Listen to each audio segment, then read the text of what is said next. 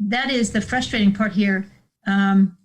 They're wanting to say that we can use funds for religious schools and for homeschooling and so forth, when in fact, public school doesn't have enough money as it is, right? Right. It's tough enough for us to educate the type of children that we're getting now, which are majority poverty, a lot of second language issues, Yep. a lot of special ed. One of the things that a lot of people aren't aware of, when you read data comparing the United States education scores to scores around the world, we're the only country in the world that really educates all kids for free. And that's true. Yeah, with special education and things of that nature, it's like it was here back in the day. They're just swept under the rug. Well, That's the thing. Yes, most people don't realize that if you have a very severely non-functioning child, they're usually institutionalized. Yep. They are not sent to a public school. They're not picked up at the house with a yellow, little yellow bus and taken to school and all. They're not. And so we're unfairly judged by the good work that we do Yes. in trying to educate all kids for free. well, and if I may, let's lay this out the right way. Let me go ahead and give us a preface of what is school choice, right? How is it defined? Well, Ed Choice says that school choice allows public education funds to follow students to the schools or services that best fit their needs, whether that's to a public school, private school, charter school, homeschool, or any other learning environment parents choose for their kids. Is that a fair definition, Dr. Good? It depends. Because when you put it in that way, then it does make it fair game for example, a homeschool parent to say, I want the funds that would have gone to my public ed school, I want that to be given to me so that I can buy materials for my child who I'm homeschooling.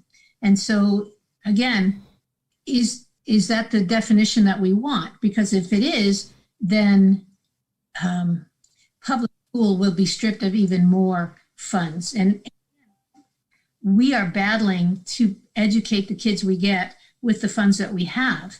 And if we take more away from the public education arena, of which Texas charters are public education schools, in other states they're not, and that's something we have to remember, then we have to decide what definition do we want to keep. And so if we're going to fund public education, if we're going to fund education fully, well, then maybe there is enough for everybody to have some of it.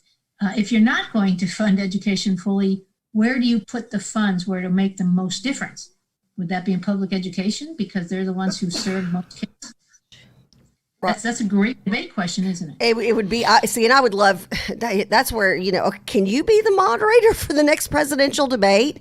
And if they don't want to do foreign policy, okay, because Biden has said he doesn't want any foreign policy questions, maybe you could just have a whole section on education. I would love to see that. I would pay to see that. So, Dr. Good, here's the big question, right? big statements coming out of the Department of Education, Secretary DeVos specifically. Regardless of who's in the White House, school choice will reign. Okay, what does that mean? Is that even a possibility? Does that last until, January 23rd? I mean, here's what she was alluding to, and really, as much as I sometimes, she's alluding to the fact that if we aren't careful, the schools will become the place where propaganda lives, right? And it made me think of China and the Soviet Union. And I say the Soviet Union, some of you don't remember that I was a Russian major in high school and college. And I went to the Soviet Union twice. Oh, wow. And I saw the impact of communism before my very eyes. And I saw how kids were brainwashed, and it was through the schools. So I'm really afraid when they talk about socialism and how we should let socialism creep in. Does that include in the schools where we are also becoming part of that machine? That's a good question. Well, and again, that's something that, the taxpayers have a stake in this, literally a financial stake in education. Something you bring up quite a bit, which makes education very political when you look at it, and that is either you're educating this next generation so we can have economic security for generations to come, or you're not. And that's where a lot of people have been concerned about, kids sliding back during the pandemic and all of this kind of stuff. But then I look at it from the parent point of view, and I sent my kids to private school before they went to public school. And it's an actually unique public school. It's project-based learning STEAM school. So I look at it and I think, as a parent, I would be just outraged if I didn't have choice. And I think of some of the kids at your Legacy campus, in Plano in particular, that if they would have been made to go to the school in their neighborhood, these are kids that wouldn't have gone to school with, as basically coming in their freshman year as a junior, and they wouldn't have had the scholarship opportunities. And these are kids who are, some of them already with their associate's degree have medical certifications. So they're making 25, 35 hours, dollars an hour, doing a part-time job during college. That doesn't just happen. That's because those parents said, I want to stop this cycle and I want something different for my kids. So when do the parents get a voice? Well, that's why I feel so fortunate that I live in Texas and I have that understanding of the charter school niche, of being able to offer things to parents that they wouldn't get in a traditional ISD setting. But, again, it all always boils down to about the money. Yes. Because if education were funded correctly, we might have enough to be able to give to religious schools and to the homeschool parent, because they are taxpayers also. We need to recognize that. So, Dr. Good, let's talk money for just a second. If I could keep you on that for just a second. Because my big question's always been, how much does school choice really cost pub ed? How much does it cost those public schools? And I'm even talking about in regards to, I know that we as charter schools are also public schools, but for some reason ISDs don't see it that way. Yeah. They don't. And so I'm going to lump you into that this. That is not news to her. Right. I'm going to lump you into this. So when I look it up, it says that the most that pub ed choice costs ISDs, Texas public schools, about $156 million a year, which is about 1% of the current public education budget. Does that sound right, or am I finding this statistic and it's way off? It's really hard for me to say yay or nay on that. We get hit with so many different data points when it comes to the money. What I will tell you is that ISDs see us as unhealthy competition instead of healthy competition. It is well known that when a charter moves into an ISD area, the ISD usually improves because they have to. It's the competition that forces that, right? And so that's a good thing. When kids leave an ISD to go to a charter school or any other school setting, they leave behind a little bit of that money that they would have, that they have. Okay, each child is, let's say each child's worth about $10,000 a year, perfect attendance, right? So when that child leaves the ISD and goes, let's pretend, to a charter, then they bring all but, let's say, 15%. 15% of that is left at the ISD because it's part of their tax base. And our charters are not allowed to have a tax base, right? So ISDs actually get to keep money for homeschool, religious, and charter kids that don't go to the ISD. And so they're actually retaining money for kids that they're not serving. But that's one of those dirty secrets they don't want the public to know. And so I know that Urim Solomon. Urim was really good about reminding the Plano board about that when people would complain about charters moving into the area. So again, it's all about the money, right? Every point that we look at, eventually we're ending up talking about the money piece. Right. And so, and that is what drives me, right? What drives my show is that we need to make sure that we have advocates for public education. And right now, whether it's ISD or charter, frankly, because of COVID, it impacted our economic base, our state, funding. And so we're going to all be watching our little budgets, right? When the legislative session starts in January, hoping that we're the last ones cut, right? And so making sure that we have an advocacy army, whether right now is whether it's ISD or charter, to make sure our legislators know that basic funding rate needs to stay the same. I mean, we get paid out of the same pot. Right. And you're building, you said advocacy army, and we've talked about that before. You're building right now with your show a following and an army that can help. Now, obviously, testifying is probably going to be, I would imagine maybe Zoom testifying. Yeah. It's going to be different, which actually kind of gives, Joe taxpayer and we the people a unique opportunity. Those who have jobs and family and can't leave and go Wednesday at 10 o'clock to Austin and testify in front of the Education Committee. Well, now there's going to be that opportunity. So I know if people watch your show on Sundays, they can look and listen and learn as to what is it going to look like to be an advocate for education this time around.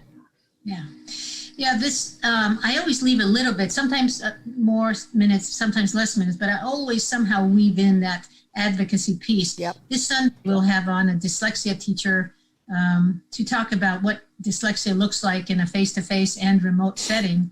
So that should be interesting, but I'll always have a little bit at the end to remind people about how to contact their legislators. It's quite easy. People think it's hard to get a hold of your legislators. Most of them are quite anxious to hear from you. And if we can just get people to realize that, the army will be built faster. I think you're right. Yep.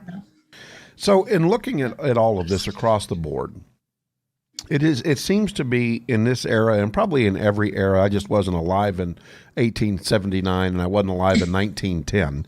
I wouldn't, no. Well, even you were, right? Now, Kathy was. Yep. You knew that was the bee's coming. knees. You knew that was coming. I was the bee's knees in 1910. And I go to this with medical science as well. How do we get politics out of this and we do what's best for kids? That's a really good question. And I would guess that we would have to try to vote in legislators who really are so pub ed friendly that there's no doubt that they're going to vote to help kids. I mean, that's an imperfect science, isn't it? It to is. Vote in enough public ed legislators that we don't have to worry to the extent,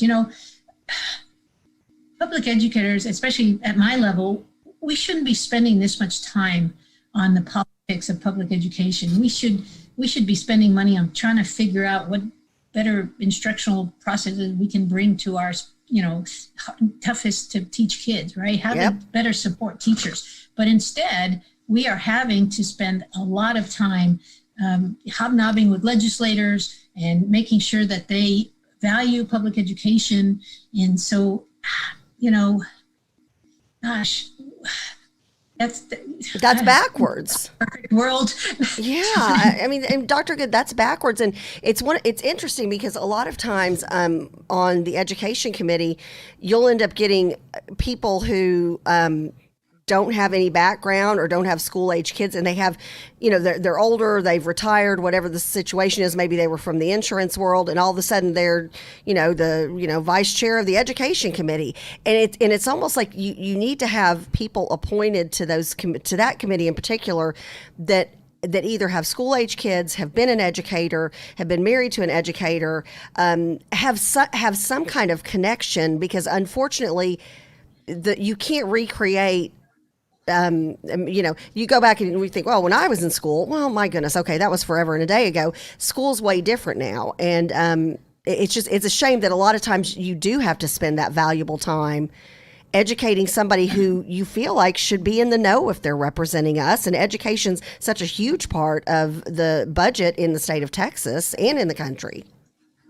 So you're reminding me of the fact that most people aren't aware that we're really less political than other countries. Even in Puerto Rico, where I was last week, I interviewed a teacher who lost her job because she voted for the wrong party. And wow. There are other countries where to be named a principal of a school, you must be voting and be part of the ruling political party. And so we think we're bad politically here. We're not anywhere near as bad as some other countries where you must be part of the ruling political party to be part of the upper echelon in school.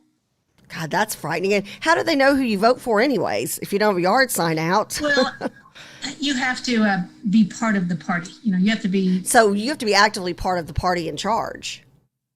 Yeah. I mean, you set for a party, and then that's your party for life, pretty much, unless you make a vocal change and a publicized change, which occasionally happens even here, right? Oh yeah. Oh, you hear that? Yeah.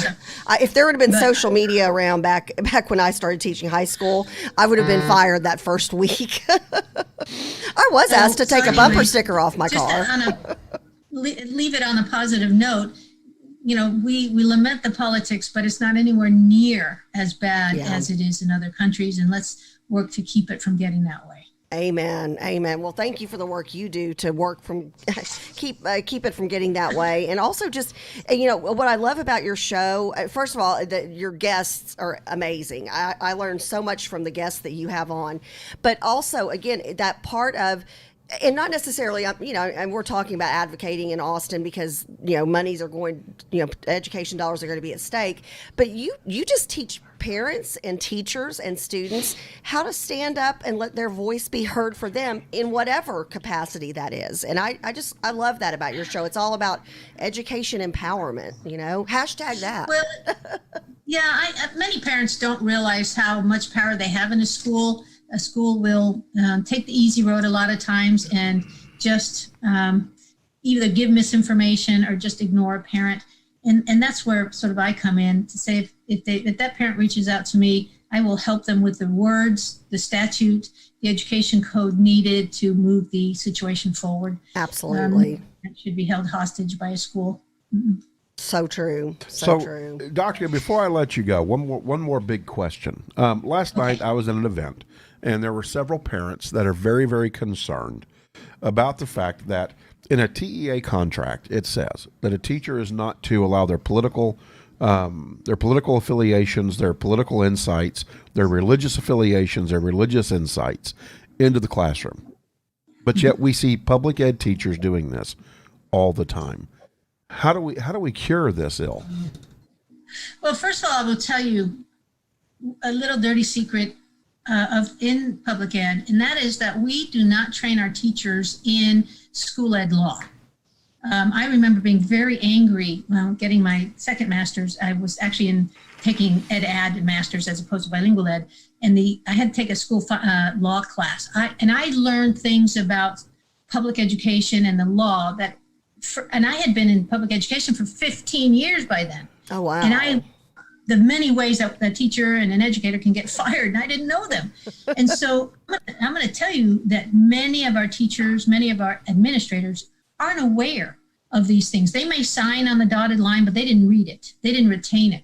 And so it's our job as really central office staff to remind our principals, to remind their teachers that doing any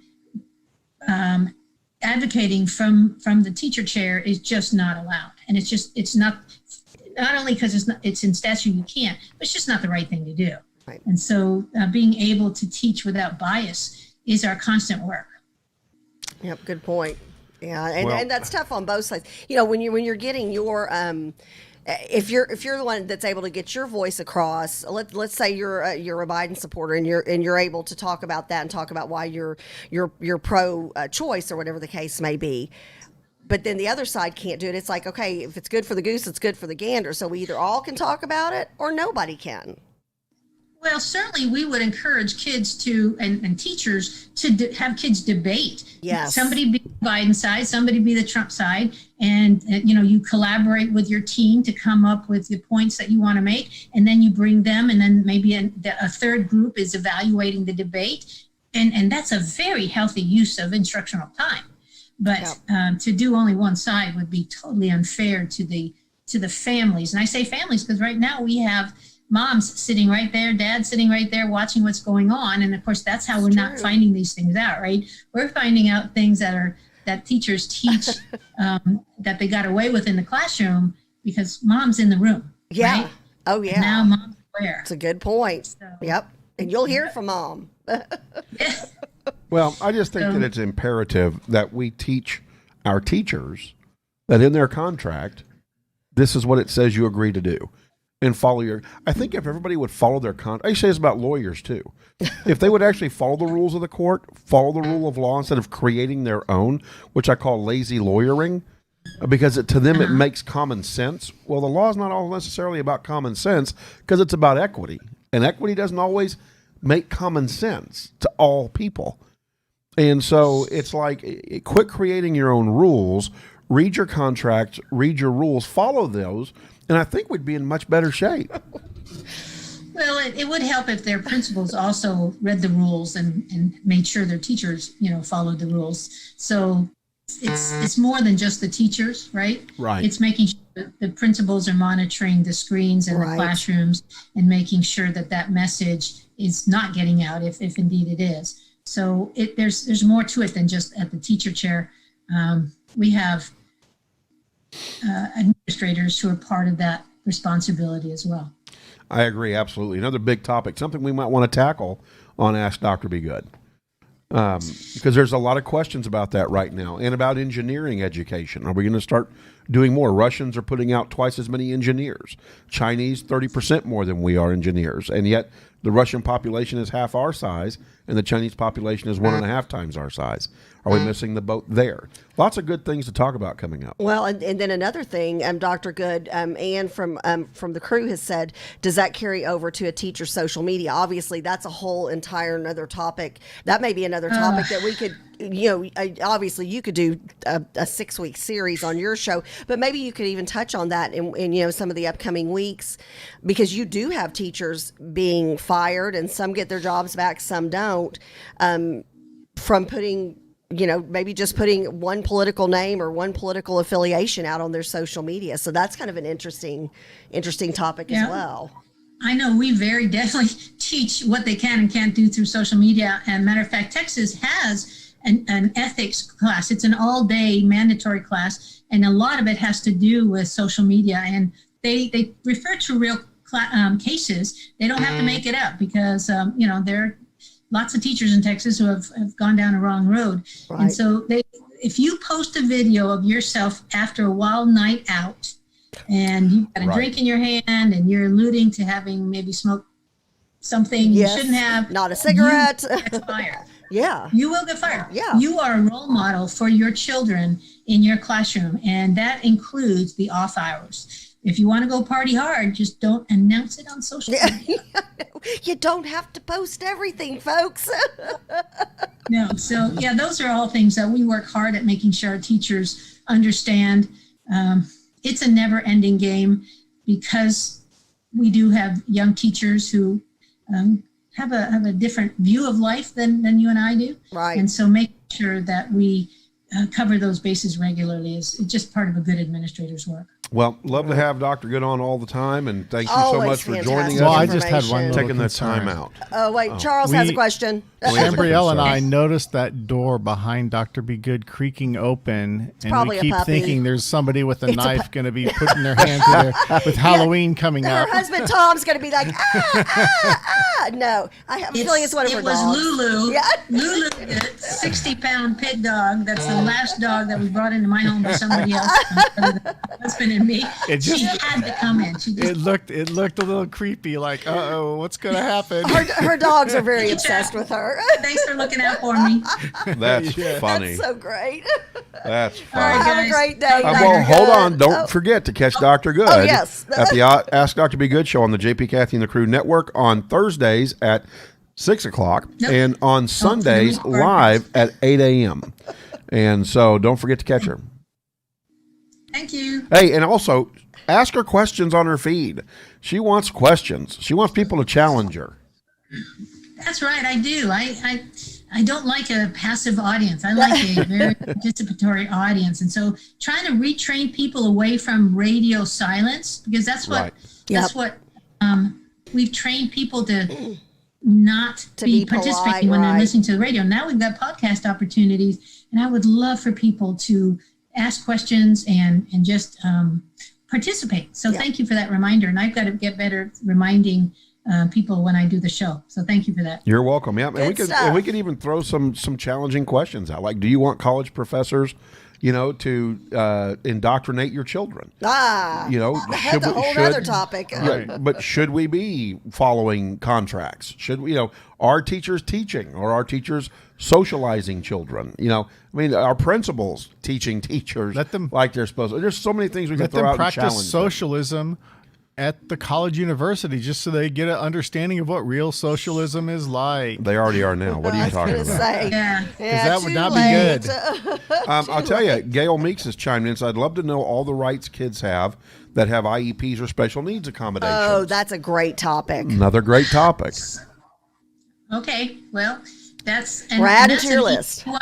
And we've done past shows on that, but that always is good, especially in this environment that's so fluid right now. Everything's changing, and we haven't gotten as good as we need to get with teaching SPED kids remotely, because there are some fragile special needs kids who Right. really don't need to be at school right now. Right. And so we are getting better at that. But that is a challenge. And then, maybe before IEP and ARD season comes up, that would be a great, talk about it on our show. And then you do a show on it as well, because, and having been a former special ed teacher, I think back to some of my kids and some of the IEP requirements I had to meet on those kids daily, weekly, monthly, all this kind of stuff. And there are things that remotely, I don't know how I would have had a mind shift or a paradigm shift. I don't know how I would have met those IEP goals. Bless Well, you. certainly, bless Thank you. you. Certainly, that's part of our ARD talk. Our ARDs, of course, are virtual now. Right. And that's all, if a child is choosing, or if the family is choosing to have the child remain home, then those are all new discussions that, have to be done. Now, I will say that we've gotten very good quickly at doing small group virtually.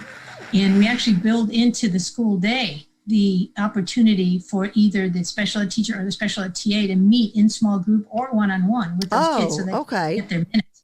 Okay, good. And I will talk also about what happens when those minutes aren't met and what a parent can do. So we may touch on it during Fantastic. dyslexia on Sunday, because dyslexia, even though it was ignored for many years by our state government, we still had to do it. It wasn't funded, but we still had to do it. And so Right. we'll talk about those special services, and we'll weave in some IEP talk then.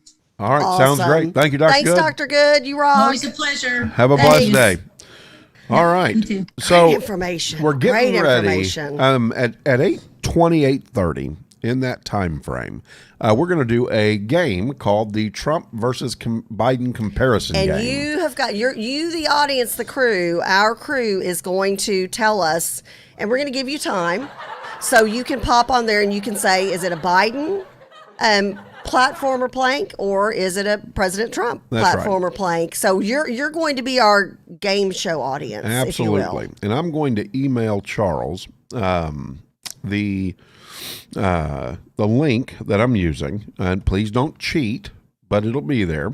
The link that I'm using to show the comparison between the two. So I'd love to have you chime in and be a part of that. So just get on our social media. You can go to Linktree at JP or Linktree / JP Kathy and the crew. Sign up for our social media there, and then start chiming in on our social media.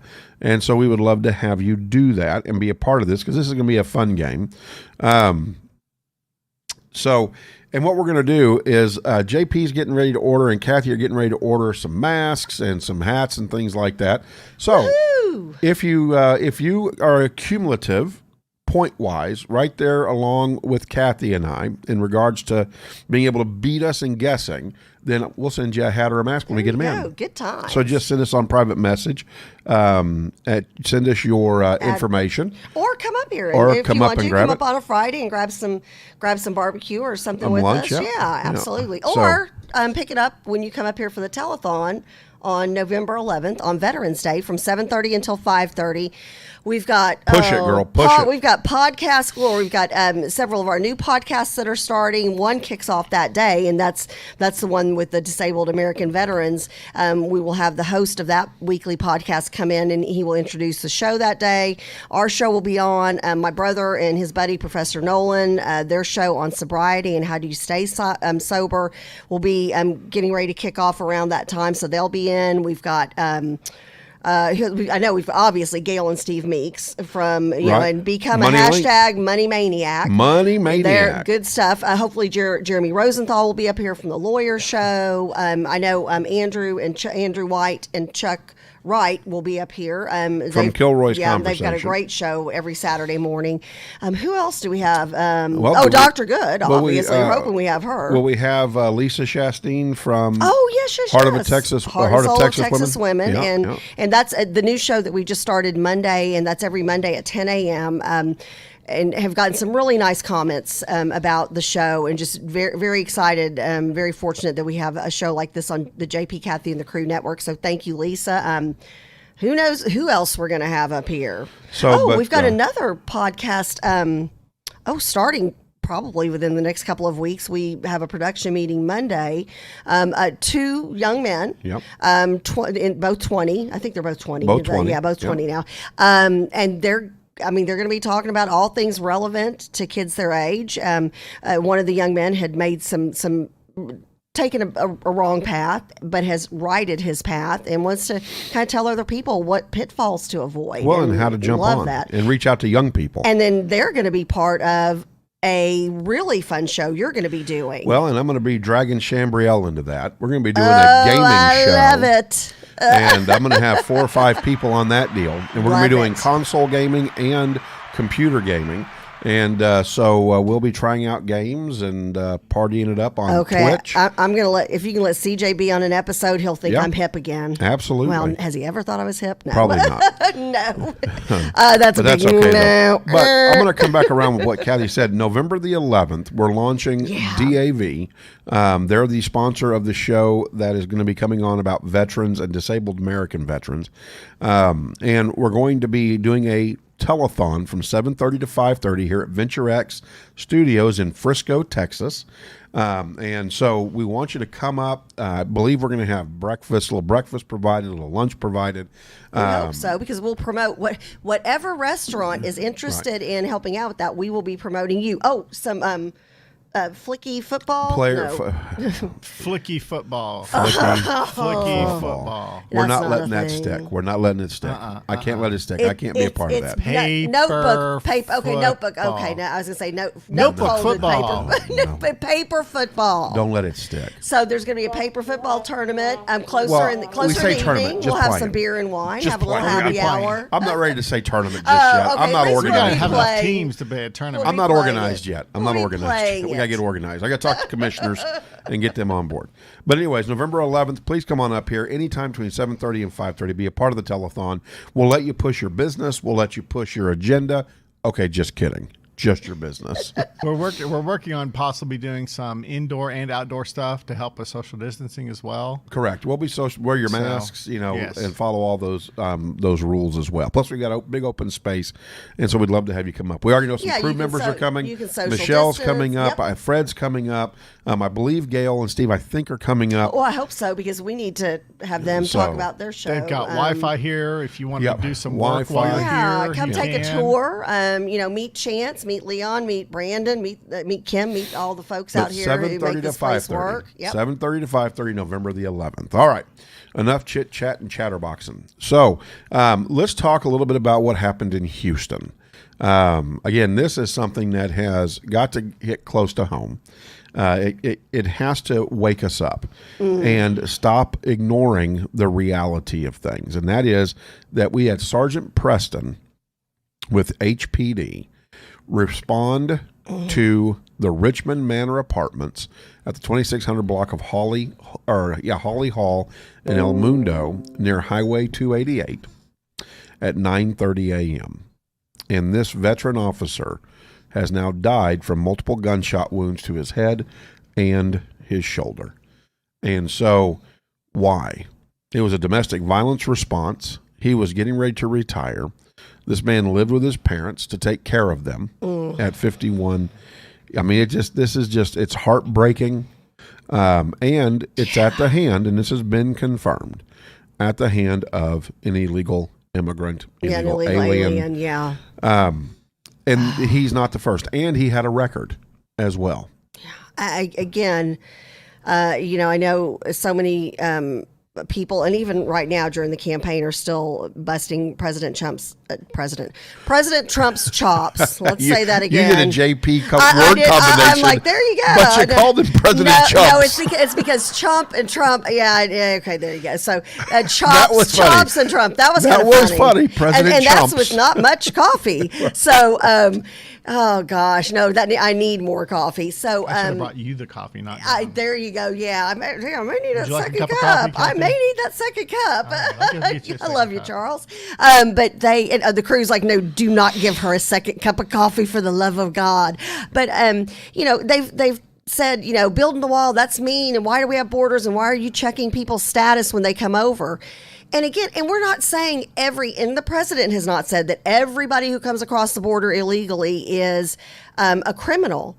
But unfortunately, there are people who are criminals who come across the border, who commit horrific crimes like this, and it goes unchartered or unnoticed, unmarked. I mean, it doesn't go down as it doesn't go down as this person is somebody you need to watch. So you don't know. So if you're a police officer, or God forbid you're the innocent, spouse or partner getting beat up, you may not know of that person's criminal history because they're basically just floating around America doing whatever they want.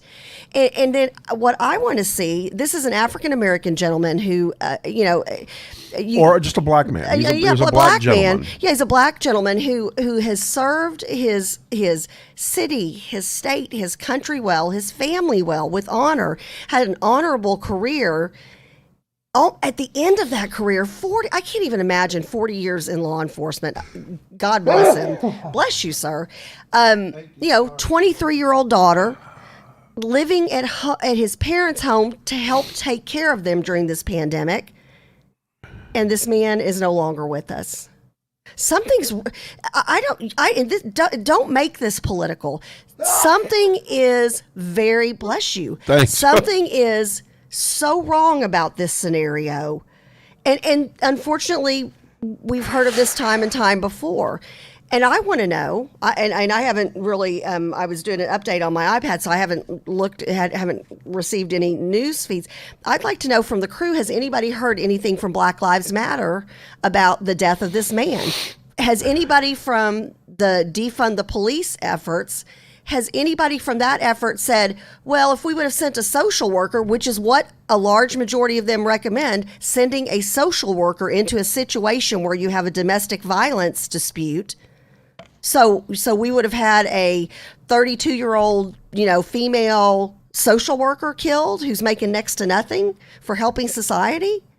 There's so much wrong with this. And I want to know if the defund the police and if Black Lives Matter, if they say anything about this death today.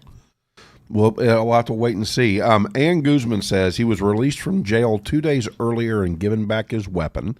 Coach Quigley said, yeah, I thought you knew that. No. That's what I'm saying. He has a record. Well, I knew he had a record, but I didn't realize he was giving his weapon back to. Yeah. Oh. Such a sad incident involving another police officer murdered by a released criminal due to COVID-19. And so, thank you, Michelle. I'll tell you, you guys are having to live through my allergies because I'm not going to take a day off. Yeah, poor JP. I know. Yeah. And then Gail makes an interesting observation. They aren't showing BLM and Antifa as much on TV anymore, probably because it was hurting the Dems. Oh, Gail. Thank you, Gail. Interesting perspective, and I didn't even think about that. Yeah. And so... interesting. And here's the thing, right? How do we convince good people to join the force if you have all these forces around them not supporting them, and yet they walk into this is what people don't realize. They walk into this every day They have no idea what a basic traffic stop is going to look like. They have no idea what a basic domestic violence call is going to look like. Or, call out because my son is acting odd. My son is punching holes in the wall. And a police officer walks into this not knowing what they're walking into because there's a bunch of doors and walls. And so to just say blankly, hey, we need to defund the police are bad. I've always said this, Kathy, and you know this, especially in my own, because I was a mentor for the Commission on Judicial Conduct. Right.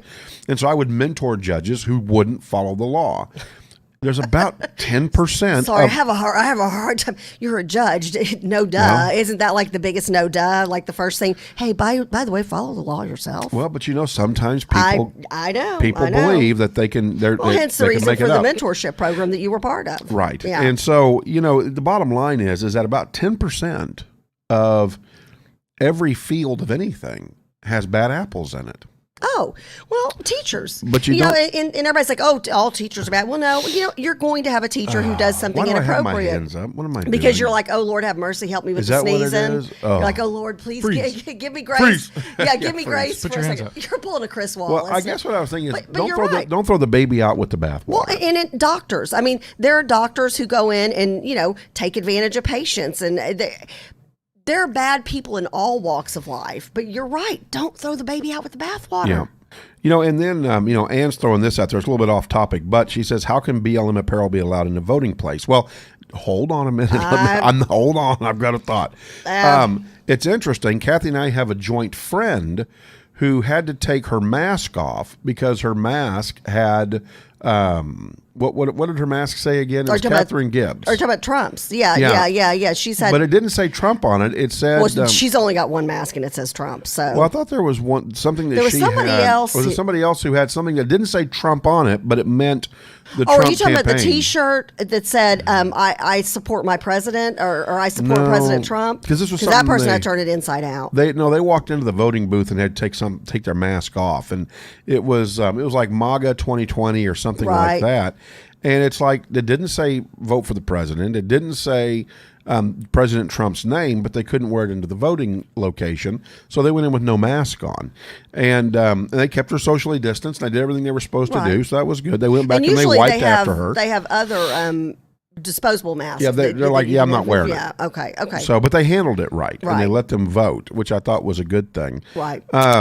So I guess my thing is that on the voting booth question, and you're right. I mean, are they allowing it? Probably, because they're probably too afraid to say no. You can't wear that in here. But they're not afraid to tell you if you're wearing a Trump. You can anything, wear a BLM shirt into a voting booth. So there you go. There's already been a dispute on the records during.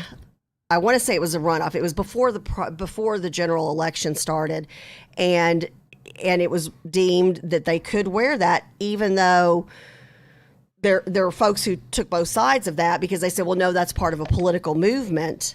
But it was determined that that's okay. So, for example, I could go in and I could wear a voting pro-life or I'm pro-life shirt. Yeah, but BLM is a political movement. It is, but it was deemed pro-life okay. Pro-life is a person movement. It's a belief. Well, Yeah. well, it's a person movement, right? BLM is organized. They are a political agent. They are a PAC. They send money to people. So anyways, I don't know. It'll be very interesting to see. And here's my thing. I want everybody to understand this as well, because you're not going to peg me in a corner. You're not going to peg Betsy here in a corner. The bottom line change is... your name to Betsy? I just did. Okay. Bottom line is this. If this was happening to Barack Obama, I would defend Barack Obama, even though I don't believe in his policies, because I don't believe that anybody should be treated inequitably. I believe that equity has to reign over everything. That's what I did for a living. That's the only way you have a It real has fair to be choice. just. Yeah. So if you treat either side this way, if social media was stifling Joe Biden for as much as I can't stand Can't that's Joe what I Biden. wanted. And by the way, on the record, I haven't liked Joe Biden for like 30 years. I mean, this isn't Oh, new. we've busted his chops for Well, forever. and I've a always day. thought the guy was slippery. Like every time I go hear him speak, somewhere I'd like, I need to shower. So that's my That's thing. proving to be more true. Yeah, and again, this is before he ever decided to run for president, before he ever became a vice president. I thought he did and said some pretty horrible things. And if you look back, they're headlines. You can read them, for goodness Oh, sake. he's My got it point from is, the 70s. He called, what Right. did he refer to African American children in schools when segregation was yeah. going on? So we're going to let them come in from the jungle or Yeah. something like that. Oh, yeah. I know I don't have that quote exactly right, but he referred to them in that manner. And nobody's up in arms about a man who was in office and said that. yeah. Oh. So, Wah, wah. bottom line is this. I don't care who it is, treat everybody equitably and fairly. And that's where I'm at. And that's how I lived my life. That's how I live my life. And that's how I raised my daughter to live her life as well. So bottom line is, it doesn't matter which candidate, treat them well. With that being said, it is about time to go into our comparison. Of course, here is the article that I'm going to be going off of. If you want to follow along, this is a fun game. Can you send me that so I can pull it up? I'm having a hard time reading it. Yes. Where's this from? Because I can. love this. So this is from 2020 election procon.org. And so, Charles, are you able to put that in the feed from what I sent you? Oh, yeah. I might be able to do that. Hold on just a second. Let me go to Restream Chat and do this. Yeah, maybe you can do that, John. Oh, easy, Charles. That's what you get paid the little bucks for. Wow. That's what you get paid the little bucks for. I have it on the screen. There, I put it in the Oh, and while the we're doing Restream. that, and we would be remiss if we didn't ask the crew to pray for Officer Preston's And his family mom and dad and his daughter. mom and dad and his daughter. Just God bless his family.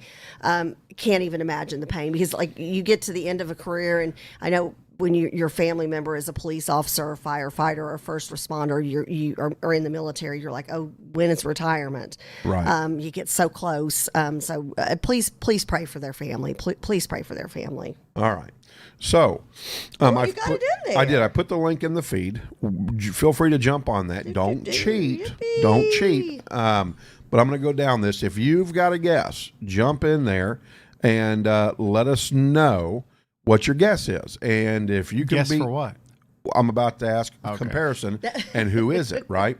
So let's talk crime and justice. Should police departments be defunded, if not abolished? If the policy is to defund the police and abolish them altogether, is that a Trump or is that a Biden policy decision? And we're giving the crew time to answer, Right. right, on the feed. So that's the first question we're going to ask. The next question is going to be, should the U.S. ban assault weapons? Is that a Trump policy to ban them, or is that a Biden policy to ban them? Which presidential candidate would ban assault weapons in the United States? How do you get rid of the big old pop-up on front of it? Doggone it. I don't know. Number 3, should federal or state Block governments pop-ups. implement ban the box legislation, which prevents employers from asking about a job applicant's criminal history? Would President Trump support a ban the box legislation, or would Joe Biden support that? Crime and justice. Should the U.S. end the cash bail system? Now, this is a very interesting question. And I honestly, this should be taken up by the U.S. Supreme Court and probably go through the federal court system. Would President Trump support getting rid of the cash bail system, or would Joe Biden be in favor of getting rid of the cash bail system? Crime and justice. Should the death penalty be allowed? Biden for it, or Trump for it, or against it? So chime in with your answers on that. We're going to come back and I'm going to show you how and each one of them have come out. And it's interesting how they have vacillated on some of their answers. And so type them into the feed. Is this all under the crime thing? Yes, it's all under the crime section. And Charles has it up on the front as well. So these are the first 5 crime and justice questions. Chambriel had a good idea that you Yeah. should have said. Yes. It should have said, "Who am I?" Well, yeah, but I don't And have then they that could have in said, then you ask the question, That- and then That'll be next Wednesday. Oh, okay. Because Who Am I is not. So I'm going to do it like I did with McCain and Obama. Oh, okay. So I did this in court a lot because people would tell me, I'm voting for da da da da da. So I would do Who Am I, right? You know, I'm in favor of, you know, I'm a pro-choice candidate and I believe abortion should be allowed across this country. Who am I? And they're like, well, you're John McCain. Yeah, well, I'm not, but that's okay. Oh, okay, I got you. Yeah, so we're going to do that next Wednesday. Today's just a comparison. I'm on the wrong thing because I'm taking the thing myself to see. My thing's showing me that I agree with President Trump on everything. Well, yeah, I think I'm on a different page because I don't have all the fancy colors you have. Oh, I don't know. It's right there. I don't know. All right, so let's go through it real quick. And so here's what's interesting. So if you look at the procon.org's answers, it would say that both Biden and Trump are against defunding the police department and abolishing it. However, when you click on the cons, and this is a great way to learn who you might want to vote for and really get into the issues rather than voting for what makes them popular, right? So this is what Biden says. I don't want to defund the police. I want to get police more money in order to deal with the things they badly need, from making sure they have access to community policing, that they also have in the department social workers, psychologists, people, in fact, can handle those god-awful problems that a cop has to have 4 degrees to handle. But here's the editor's note. While Biden has stated he supports the urgent need for reform and has talked about redirecting police funds to other programs, including those for mental health, a campaign spokesperson clarified that Biden is against defunding. I'm going to tell you, Biden is going to go lockstep and barrel with AOC and her group.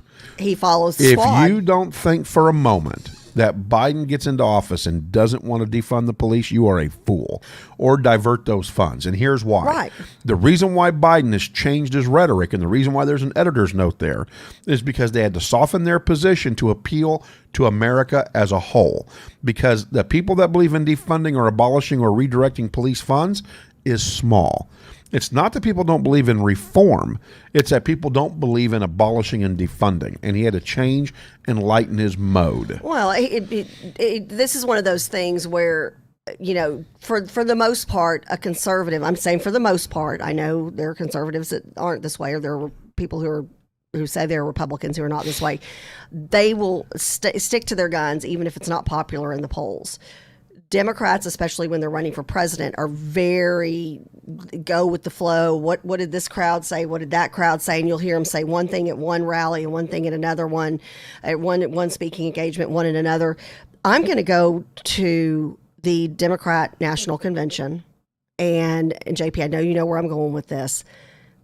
Not once, and this is when Chicago's burning, Portland's burning, DC, you know, people are, you know, violently taking down statues, trying to, you know, storm a church and destroy a church. Literally, people are dying in the streets. There is looting and rioting all over, and you can't deny it. And Joe Biden didn't even reference it the entire week. Nobody on the stage the entire week referenced the fact that Joe Citizen was dying in the street. Yeah. All right. So what is President Trump's response? And Charles has got it up on the screen. Not that you can read that necessarily because we can't zoom in on it. He can, but he'll be able to put it on the big screen. President Trump is emphatic. There won't be defunding. There won't be dismantling of our police, and there's not going to be any disbanding of our police. Our police have been letting us live in peace, and we want to make sure we don't have any bad actors in there. And the president's been that way the whole time. There's been no softening of his position, no changing of his position. All right, Biden or Trump? Who wants to ban assault weapons? Can anybody guess? You should have already put it in the feed. Go to our social media. You can go to Linktree, sign up for it all. We'd love for you to chime in. Well, guess what? Big shocker here. Joe Biden wants to ban assault weapons. Yep. No doubt about it. Quote, the ban on assault weapons and high-capacity magazines that Biden, along with Senator Feinstein, secured in 1994, reduced the lethality of mass shootings. Whatever. Biden will ban the manufacture and sale of assault weapons and high-capacity magazines. While working to pass this legislation, Biden will also use his executive authority. Did you hear that? Executive authority to ban the importation of assault weapons. And again, so that's an executive order that doesn't have to go through Congress or the Senate. It's just the president says this is how it shall be. President Trump. Gun control does not reduce crime. It has consistently failed to stop violence. Americans are entitled to protect their families, their property, and themselves. And so originally he had come out and said, I certainly stand by my opposition to gun control when it comes to taking guns from law-abiding citizens. And so, again, President Trump stands on the fact that he is not willing to ban assault weapons.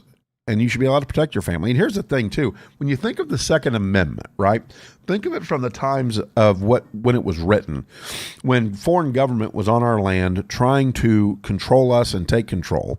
It allowed us to match their arms with our arms so we could defend ourselves and our country, right, so that we couldn't. Well, we now have tanks. So, when you talk about the Second Amendment, if you want to stay relative, then you should stay relative to the point of we have to be able to match what our government our enemy can has. do. Well, what Yeah, our government yeah. can do, so we can avoid tyranny. Right. And so, AR-14s, assault weapons should be allowed. Do you have a tank?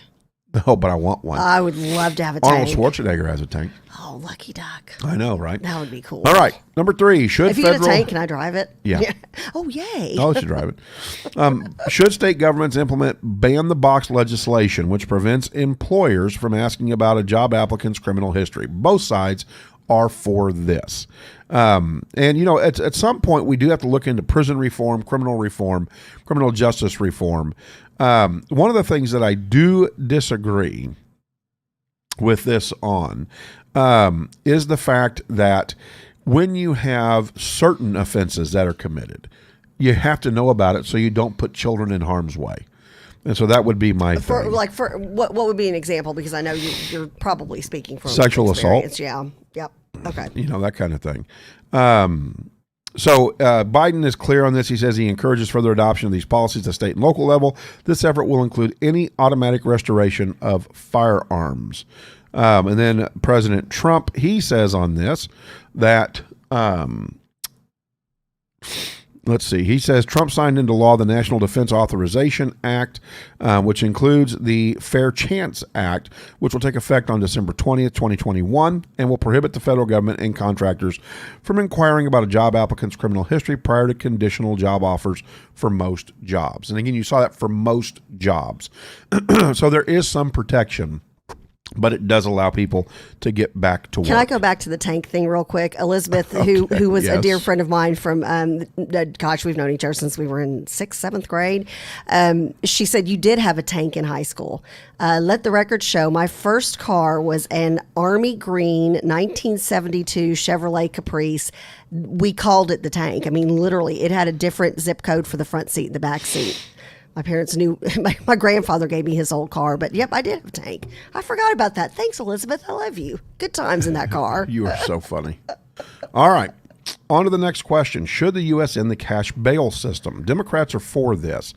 Not sure why they would be for this. It doesn't make any sense to me. Yeah, and I mean, as a former judge, I don't understand their stance. What's up on Houston's that? been doing this as well. Well, it lends to them thinking that it's only for rich people and that it's disproportionate and harms low-income people. I don't know that I agree with that. Cash bail is the modern-day debtor's prison. The cash bail system incarcerates people who are presumed innocent, and it disproportionately harms low-income individuals. Biden will lead a national effort to end cash bail and reform our pretrial system by putting in place instead a system that is fair and does not inject further discrimination or bias into the process. Okay, that's great. Love the rhetoric. What program? There have been no details on that, so I can't wait to hear that. Now, on the other end of it, President Trump, not in favor. So sad to see what is happening in New York, where Governor Cuomo and Mayor de Blasio are letting out 900 criminals. DeBosio, isn't that what you used to call him? Some hardened and bad onto the sidewalks of our rapidly declining, because of them, city. The radical left Dems are killing our cities. NYPD commissioner is resigning. Of course, I'm going to side with President Trump on that. I don't think we end the cash bail system. I do not think it's inequitable. And I am curious to see if the Supreme Court ends up weighing in on this at some point. And I say that because there has been challenges out of Houston, out of Houston, Texas, where Houston has gone away with this. And I'm curious to see what the Supreme Court comes up with. All right. Should the death penalty be allowed? It's interesting. It says that Biden is now con to this. We need to confront racial and income-based disparities in our justice system and eliminate overly harsh sentencing for nonviolent crimes. As president, Biden will eliminate the death penalty. Over 160 individuals who've been sentenced to death in this country since 1973 have later been exonerated because we cannot ensure we get death penalty cases right every time. Biden will work to pass legislation to eliminate the death penalty at the federal level and incentivize states to follow the federal government's example. You know, again, I am not in favor, especially nowadays with DNA testing that can be done. Well, and we know what he's referring to back in the day, and this is where Democrats keep going back to like the 50s, 60s, and 70s, where you did not have the tools and the resources you have now. Now, if someone rapes somebody and murders them, and you've got a DNA sample, it is what it is. That's right. The right person. You've got the right person. Right. You know, I just wonder, you know, the Democrats are always like, well, we want to talk about this and we want to deal. And I get that. There was a time for talking a long time ago before that person became a rapist. You know, right. You rape somebody in my family, I want to watch you go down. Until they start cloning people. Oh, so stay on topic. Where's cloning on the presidential thing? No. Stay directed. Charles. He's like, JP's like, children. Chambriel, smack him. Yeah, Chambriel. Don't let him do that. Get right. him back in line. Where does President Trump live on this? He says, today I'm also directing the Department of Justice to propose legislation ensuring that those who commit hate crimes and mass murders face the death penalty, and that this capital punishment be delivered quickly, decisively, and without years of needless delay. To go on the end of his needless delay part, there is a ton of time that happens between someone actually goes and faces the death penalty, where there are, tons of trials, tons of evidence rehashed, and time to get DNA testing done if that's necessary. Oh, if you go to if death penalty cases, if you are on death row, you're on death row sometimes for 10 years. I mean, it's a year long. Yeah, it doesn't happen overnight. And there have been plenty of times, I know just in recent history here in Texas, where, you know, Governor Perry, Governor Bush, Governor Perry, Governor Abbott have pardoned someone from the death penalty at the end because of new evidence that came to light because of technology. So if you don't want to do the time, don't do the crime. Is that what that saying is? That's right. All right, let's talk one more crime and justice issue. Should universal background checks for gun purchases be made law? Biden pro, Biden con, Trump pro, Trump con. Joe Biden absolutely in favor of this. And so here's what he has to say about that. In the months ahead, Biden will also detail his plan to tackle the public health epidemic of gun violence in America, starting with the universal background checks and bans on assault weapons and high-capacity magazines. Again, now we're calling it a health epidemic. Interesting that we use the term epidemic. How's that have to do with health? Because he's unhealthy. All right, where does President Trump stand on this? President Trump is also pretty clear in his messaging as well. So Congress is looking at very strongly bipartisan. I put in certain parameters, which you somewhat know about. I'm also very concerned with the Second Amendment, more so than most presidents would be. People don't realize we have a very strong background check right now. You go in to buy a gun, you have to sign up. There are a lot of background checks that have been approved over the years, so I'll have to see what it is. But Congress is meeting bipartisan. A lot of people want to see something happen, but just remember this big mental problem, and we do have a lot of background checks right now. And so, you know, President Trump saying our current system, if we will utilize it and put it in place and make it effective by just using it correctly, then we would be fine. And so that is his stance on universal background checks. All right, let's jump to domestic policy. This is a fun one. Oh, yes. So should Confederate statues be taken down? Is Biden for that, against it? President Trump for it or against it? Should the District of Columbia be given statehood? Where are we at on that? Is President Biden for or against, or Vice President Biden for or against, President Trump for or against? And should the Guantanamo Bay Detention Center remain open? All right, so let's go to the first one. Should the statues be taken down? Of course, Joe Biden is for that. The idea of bringing down all those Confederate monuments to Confederate soldiers and generals who strongly supported secession and maintaining slavery and going to war to do it, I think those statues belong in museums. They don't belong in the public place. I can't understand the anger. I can understand the anger and anguish that people feel by having, for years and years, have been under the statue of Robert E. Lee. And Robert E. Lee has a very interesting history, by the way. Very interesting history, and especially on that particular question. Also, President Trump, where is he on that? President Trump says, well, nope, I'm now against that. I don't think we should take them down. This cruel campaign of censorship and exclusion violates everything we hold dear as Americans. They want to demolish our heritage so they can impose a new oppressive regime in its place.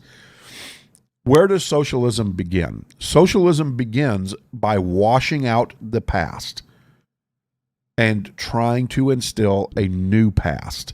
And that's what's happening when you tear down statues. I would absolutely not want to have anything torn down that's in relationship to the Holocaust. No, I would want to be reminded of what happened so it doesn't happen again. Because unfortunately, you've got a whole generation coming up where you've even got some teachers teaching that, the Holocaust, maybe not so much. Okay, it did happen. There are still survivors of the Holocaust. Ask them how that was. Well, and what about, I think it's in Galveston, is that where that Emancipation Proclamation statue is? And BLM and Antifa were trying to, and rioters and looters were trying to tear that down. That's a good part of history where, guess what? Slavery's gone. So to me, that's like, why would you want to take that statue down when it celebrates? Because you have certain groups that want to wash out the past, so they can rewrite the past. You're doomed to repeat it, though. Well, or change it by becoming a socialist nation, a Marxist nation. And that's that slippery slope. That's how it starts. Well, that's how socialism gains roots. You are correct. By eradicating the past. Should the District of Columbia be given statehood?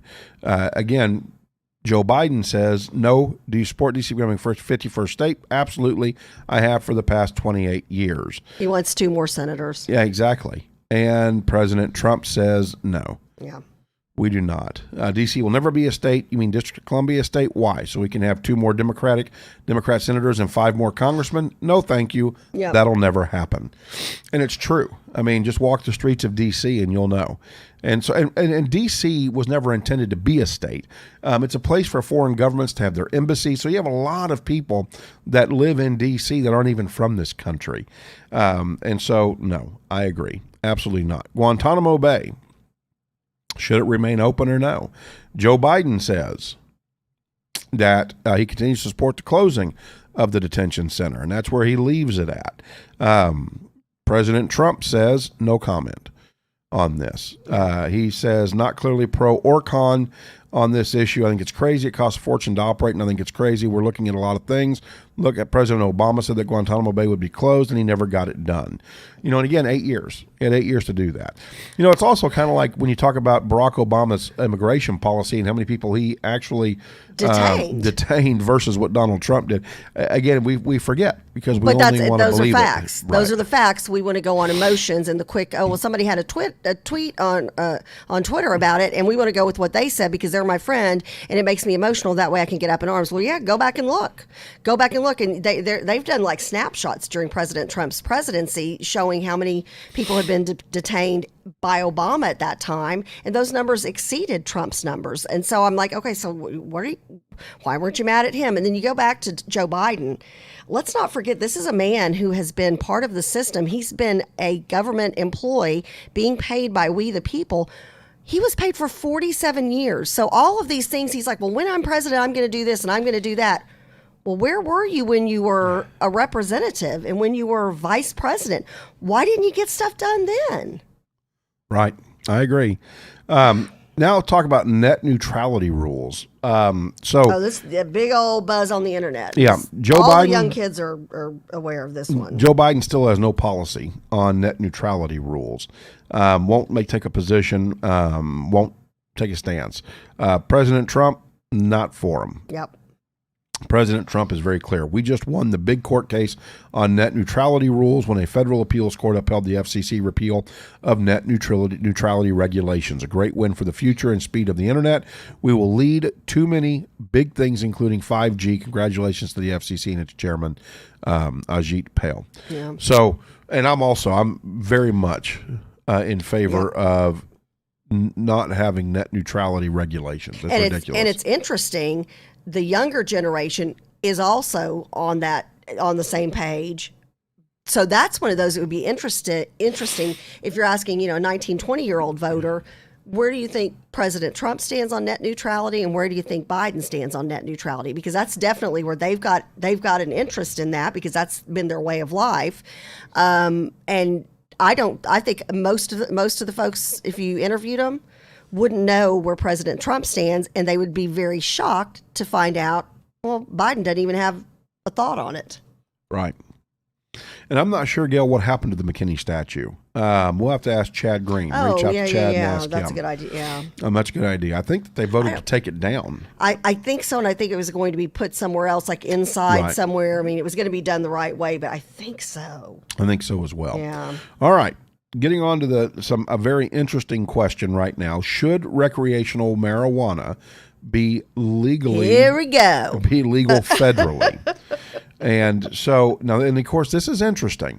So would you think Biden would be pro or con on that? Would he be in favor of making it legal federally, or would he be opposed to that? What would you think? Don't look at the thing. I'm not. I'm trying not to.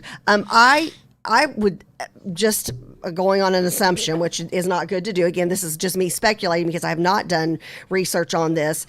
I would assume that he would be in favor of legalizing marijuana in all the states. That's an assumption I've made, and the assumption I make, the only reference I'm making it to is their party platform, and the Democrat National platform includes legalization of marijuana. So if he stands up for his platform, which usually the presidential candidates do, then it would seem that he would be in keeping with them. So interestingly enough, Joe Biden says no. Should not be. There you go. I think states should be able to make a judgment to legalize recreational marijuana. I think that it's okay. But let me tell you, the truth of the matter is there's not nearly been enough evidence acquired as to whether or not it is a gateway drug. It's a debate. Before I legalize it nationally, I want to make sure we know a lot more about the science behind it. Now, of course, I would tell you, Joe Biden, just go to Israel. Israel's done over 100 years of research. The hospital in Tel Aviv there, and they can tell you all that you need to know. President Trump says there are things that show that it's a gateway drug, or it's something that kind of slows your roll down. Sure, yeah. sure. Well, in the editor's note, though, he goes on. His spokesperson said that I don't think anybody should be a criminal for smoking it. Well, They're criminalize all about decriminalization. There's a difference between criminalization and making it make legal. it legal, though. yeah. But Exactly. and they're all about the decriminalization. I know that. And again, Biden has never, his whole entire political career, or 47 years, never stood out on his own as this independent leader on any particular issue, on anything. He was always a go with the flow. Like you said, just kind of a little slimy or whatever you said, just kind of like, he just kind of was part of the whole DC, mentality, drank the Kool-Aid when he got there. So I think he will be if he were president, I believe that he would be dictated to by the AOCs of the world because he wants to be part of the popular crowd. Well, President Trump says he takes the states' rights view on this. It's a big subject. We'll see what's going on, but the states are making that decision right now, and I kick it back to the states. One of the things that both President Trump and Vice President Biden agree on is that, and this is a big topic, and we're going to probably end the show with this, should there be protection under Rule 230 for these internet companies, for Google, for Facebook, for Twitter? Should there be, should that protection come off? And because these people are now publishing versus just Oh. allowing public information just to flow through them. Well, because there is a lot of public information that's being shut down. You and I have friends who can't get stuff on there. Real quick, and I thought this was an interesting note. Cleo said that Biden should be for legal marijuana because he said that he would open black-owned pot shops in black communities so people can have a business. I think that's why black? Why not just everybody? I was going to say that, yeah, there we go. Yeah. Thank you, Cleo. That's very interesting. So, yeah. Yeah, so I don't get that. That doesn't make any sense to me. But they both have said that they would relinquish this protection, Right. and that it would look further into how social media goes about the dissemination of public information and what control they have. It's very interesting right now. If you're not aware of this, then you need to come out of the rock that you're under. The fact that Facebook, Twitter, Google, yeah. all of them are controlling the information going out to the public. Absolutely. And we now have essentially 3 CEOs or just a handful of executives that are controlling the mood of this country. And because there's so many people on social media, I have never seen so much addiction in my life. We and the think, younger you get, the worse it is. Well, no, you know what? We've got folks our we've got old folks people our age too. too. Yeah, Old people too. I've finally gotten to where I was like, and I was late to the Facebook party. I mean, I have been on a little over 3 years. So I've gotten to the point where I will literally now, I'm like, okay, I'll go hours without doing it, especially, and that's why I like keeping myself busy, because I'm like, you know what, every so often I'll pull something out and look at it. But for the most part, I try to have like 2 and 3 hour breaks from it. And especially right now, because there's so much venom. And gosh, you can post something like, I voted, and you're happy with your sticker. I voted for freedom. And then somebody attacks you going, oh, you voted for freedom, so you voted for so-and-so, and he's this, that, and the other. And I'm like, somebody just post a picture of their puppy. Right. Well, and here's the thing. So Oh, and happy birthday, Clyde. Yeah, that's right. Happy birthday, Clyde. But again, the big thing is that both candidates have said that they would support stricter antitrust oversight and online privacy rules with these companies. And it's coming, and it needs to happen. It's interesting. One day I've got 6,000 people watching and getting information.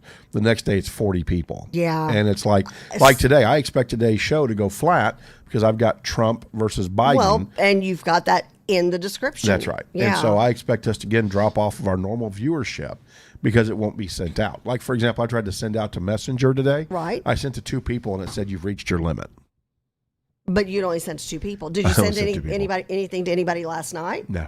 Okay, so then how'd you reach your limit? It's because that's what Facebook said. See, they're on you. Oh, yeah. They are on you because you belong to so many conservative groups, so many independent thinking groups. And they've even blocked you from sharing, haven't they? Yeah, I mean, in a lot of ways. Yeah. Well, he was Well, I able to shared share today. today. I You was were able able to? Knock on yeah. wood. So, hey, thanks for that, Facebook. And before we talk about some fantastic news, something I would love on Friday when we do our sports segment to get the crew's opinion on, and that is Joe Buck and Troy Aikman Oh, yeah, I heard about caught this. on a hot mic mocking NFL military pregame flyover. Did you actually read? I can't verify that. It came from a weird site that says they got it. I'll send you the one that I You got it? I Okay. pulled off. But I would love to hear, because it's one of those things. And I've talked to several of my big old sports fans who are big fans of Joe Buck and Troy Aikman. I mean, the NFL. If you've got those 2 guys going against the American military, the NFL is done. But party's over, lights are off, the game's over. So I find it very interesting that like some of the fans of these 2 individuals are saying, oh, well, they didn't mean it the way it sounded. So I'm anxious to hear the crew's point of view on Friday. Let's send that over to Charles I will send that. early. That way he can get that video up, because I just don't trust right now my Twitter or my Switcher app. No, my the Switcher app. Switcher Yeah, stuff. I'm not yeah. trusting it right now. So we'll send that over. So if yeah. you'll send that over to Charles Yeah. now, that gives him time to put that up. And so Rock I and also roll. want to send out a big thank you to all of those in the crew that have been praying for my father. Yes. Good news, his kidneys are improving. Yay! He walked the hospital floor yesterday like 3-4 times, and his doctor wow. came in behind him, and she's like, "I'm proud of you, Stan." Oh, it's because it's a female doctor. That's why he's walking those halls. Could Yeah, be. is she cute? Yeah. Yeah, I'm sure. But he never saw her. He's like, "Are you stalking me?" And she's like, "Yep, I am." And so I want to Love your thank dad. everybody for their prayer, and for people from the crew that reached out and talked to him. Yeah. Gail Meeks and Michelle called him, and my dad was so thrilled, and just said how sweet Gail is and how sweet Michelle is, and And they are. they are. They and so I are. want to thank you guys for Yeah. reaching out to my dad and making him feel like part of the family. And we're going to get him back here in Texas. We're going to move him back in Can't November. wait. So you Yeah. may be seeing me a lot from Phoenix, Arizona, as I'm packing up the house and getting things back. So, but want to thank everybody for that. Yeah, keep recovering, Stan. We Yeah. love you. Keep healing. Tomorrow, healing. big day on JP, Kathy, and the Crew Network. You definitely want to tune into Money Link with Steve and Gail Meeks. Absolutely. This information is fantastic. They do such a great job, such good chemistry between the two. So It's 7:30 so fun. to Yeah, 8:30. it's like a really fun college lecture. Like you want to tune in because you're going to learn something. And I like, and you and I were talking about this the other day about money links. Each show builds on the other. So I can't wait for them to have somebody new tune in 6 months from now, and they get to say, "Hey, go back to the very beginning, watch it like a series, binge watch it, take notes." Because one episode builds on the other, and then you start putting all the pieces of a financial Right. puzzle together. Right. You And they know? do such a great job. Then at Yeah. noon, from noon to 1, catch the Lawyer Show. Holy mackerel. What a great show, by the way. And love what Jeremy's doing with Jeremy's that. doing a phenomenal job. He He always really takes is. these shows and you're like, oh, it's just gonna be two lawyers talking. He always takes it in some unique fashion. Oh, Last goodness. week it was about mental health, and it was a very important show. And the week before that about marijuana. Yeah. So he's producing great shows. Yeah, man. Is yeah. that a hey, And then don't forget worry, to be happy. Right. Don't forget to pick up Ask Dr. Be Good. Her show will air on Thursday night from 6 to 7. And then we've got the Punchline Players comedy show from 7 to 7:30. And so don't forget to join us Good there on stuff. Thursday night. And then tonight, Chuck, we are putting out Kilroy's Conversation tonight. Yes. And so they can Excellent. catch that at 5 o'clock. Yes. Awesome. 5 And we need to o'clock figure tonight. out, I need to ask Lisa when she wants to rebroadcast Heart and Soul of Texas Women. I will ask her that and let Yep. you know, Charles. So, and then yeah. Punchline Players tomorrow night. So 7 o'clock. rocking and rolling. So yeah, whatnot. and also just kind of give you a real quick update. His kidneys are much better. His fever has broke. He had a little temperature yesterday. They have found that he has a virus in his blood, and they not can't. Corona, not anything No, no, like no, that. no. Yeah. Well, there's nothing they've ever met. They've tried to because I guess the way you kill a virus is you have to regrow it out of the person's blood. I didn't know that. Yeah. And they have the technology in hospitals. Chuck knew that. Yeah, and that was all news to me. When you're saying that, I'm like, is this a sci-fi movie? No, this is a virus they Yeah. cannot. They couldn't identify. Yeah, and well, still can't. And so they're every time they go to regrow it, it dies, and so they can't. It's a short-lived virus or some sort. Well, they just can't figure out because Yeah. they've got to figure it out so they can then send in the antiviral Right. to go get it, right? Yeah. And so it's saying, hey, you know what? We're not going to let you figure that out because we're going to die too fast on the bio So table there. yeah. So trying to figure out what that virus is in Well, his yeah, blood. prayers that they are able to figure that out very quickly and Yes. help him. But the good news is when you told me his kidneys were improving, Yeah. that gave me chills because I thought, my goodness, those are some answered prayers. Because once your kidneys start going, It's tough trouble. road to hoe. Yeah, Tough it's road trouble. to hoe. So yeah, so thank you for all the prayers for my dad, and he thanks you as well. I've been screenshotting because he refuses to go on Facebook. A tech guy, CTO for goodness sakes, But and he refuses to go on he Facebook. is on it. Well, yeah, but he refuses to go look at it. So I've been that's screenshotting your funny. prayers and sending them to him, and it makes him feel good. And he wants to say, he told me to make sure I tell everybody thank you. And so with that being said, we are going to close out today's show. Tune in Friday. Dr. Dave will be on talking about breast cancer. Yes. And breast cancer amongst entertainers. It's Breast Cancer Awareness Month. Absolutely. So we're going to be talking about that. Check yourself out. Sports first. Tons of sports to talk about. We'll start off at 7:35 with sports and end about 8:15 with that, and then pick up the last 45 minutes with entertainment news. Entertainment. Tons to say. Boy, did And Chris... we're introducing a new podcast guest host at the end of the show Friday That's as right. well. So That's right. But, Chris got voted out the famous actor. They did a big old thing, People Magazine. Chris. Who's the worst Chris in show business? So stay tuned to find out which Chris Wait, it is. what? Yeah. What's that all about? Yeah. I just want to say Better not be I Chris am so Pratt. proud of that boy up on the Oh. screen. Yay, Jacob! Yes, and Jacob, almost Eagle forgot. Scout. He got his Yay! Eagle Scout. Yay! Applause. He took this global pandemic head on and didn't let that stop him from doing his project. So proud of it. It is such an accomplishment to receive that status in Boy Scouts. That is something you work your entire life towards, and it is hard work. And very few men in this world get to say they are an Eagle Scout, and now we get to say Jacob's one. That's right. I love Congratulations, it. Oh, I'm Jacob. so proud of him. I am Very as well. proud of him. I am as He well. has worked so hard for this. Absolutely. That's awesome. So, tune in on Friday. We'll be back at 7:30. Don't forget to pick up the JP, Kathy, and the Crew Network. Hopefully, we'll be launching our website officially, so you can start picking up a lot more information and become a part Add new of shows. the Crew Nation. Add new shows. Right Add and left. new shows. All right. We love it. And then, so stay tuned Vote. for more to go. And don't forget Get to go out, vote early. Early voting is And still November going 11th, put it on your calendar. Come out and join us here at Telethon. Venture X Studios. Good times. All right. Have a blessed day. Have a blessed day. We love you, Stan Payton. Hey, there you go. Make him listen to that. I'll make him listen to that. I'll send him a link to the I try show. to hyperlink him every so often, and you never can. Yeah. Yeah, he's got himself shut down on Facebook to where He he does. controls it all. He's funny. All right. Have a blessed All day, right. everybody. Love We'll see you y'all. on Friday.